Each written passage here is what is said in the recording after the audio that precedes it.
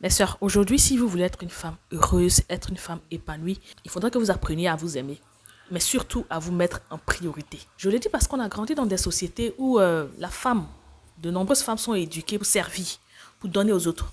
Déjà, quand tu es enfant, tu vas faire pour tes frères, pour ton père. Ensuite, quand tu vas grandir, on s'attend à ce que tu fasses pour un homme, à ce que tu fasses pour tes enfants. Et ce n'est pas toujours quelque chose qui est facile à vivre.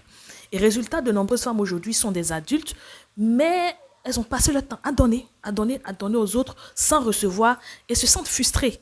Elles ont l'impression qu'elles ne reçoivent pas et elles ont, pour nombreuses d'entre elles, pas pu définir des rêves pour elles-mêmes. Et je le dis, je l'assume, de nombreuses femmes ne vivent pas pour elles. Elles vivent pour les autres. Elles vivent pour ce que les autres vont penser d'elles. Elles vivent pour ce que les autres vont dire d'elles. Elles vivent parce que la société a dit que je dois me comporter comme ceci ou comme cela. Tout cela, c'est vraiment beau.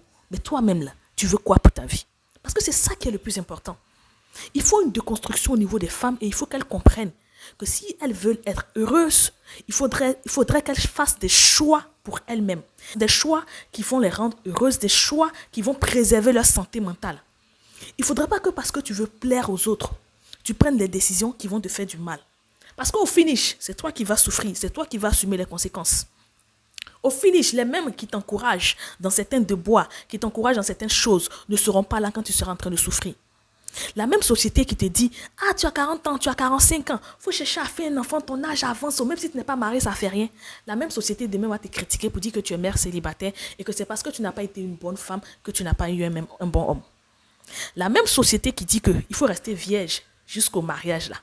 Ma fille, il ne faut pas chercher garçon, il faut attendre, faut attendre. Et toi, tu attends. Tu as 20 ans, on te drague, non. Tu as 23 ans, on te drague, non. Tu as 26 ans, tu as ton doctorat maintenant. Maintenant, tu veux te caser, il n'y a pas quelqu'un. Les mêmes qui t'ont dit de ne pas chercher garçon, de rester vierge jusqu'au mariage là. On va me dire, mais ma fille, depuis là, il n'y a pas un homme à côté.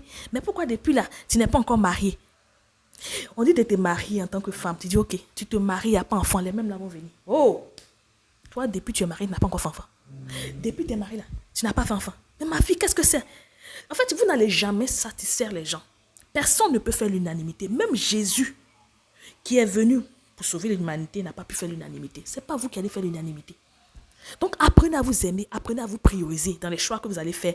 Mais ne faites pas les choses juste pour plaire aux gens et pour rentrer dans les standards. Parce que finalement, vous n'allez plaire à personne.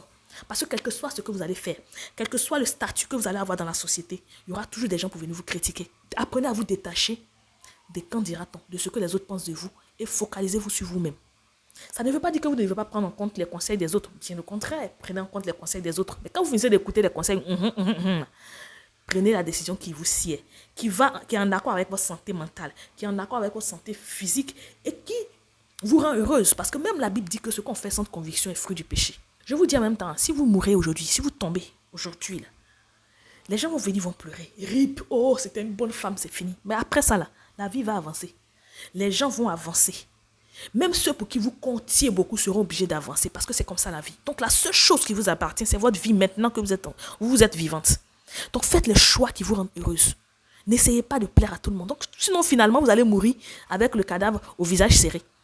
Parce que vous aurez passé votre vie à essayer de plaire aux autres et à vivre pour les autres. Et vous allez finir frustré. Maintenant, si vous êtes le genre de femme qui pensez qu'il faut plaire aux autres et qui n'êtes pas d'accord avec ce que je dis, soit vous êtes libre de faire ce qu'il vous plaît. Et pour moi, c'est ça en fait. Laissez la liberté à la femme de faire des choix qui la rendent heureuse et qui lui plaisent. Aujourd'hui, répondez à cette question-là, mesdames. Qu'est-ce qui vous rend heureuse? Est-ce que vous faites les choix pour vous-même ou bien vous faites ces choix-là pour plaire à la société et aux gens autour? Si c'est le cas, Yako, parce que vous n'allez jamais faire l'unanimité.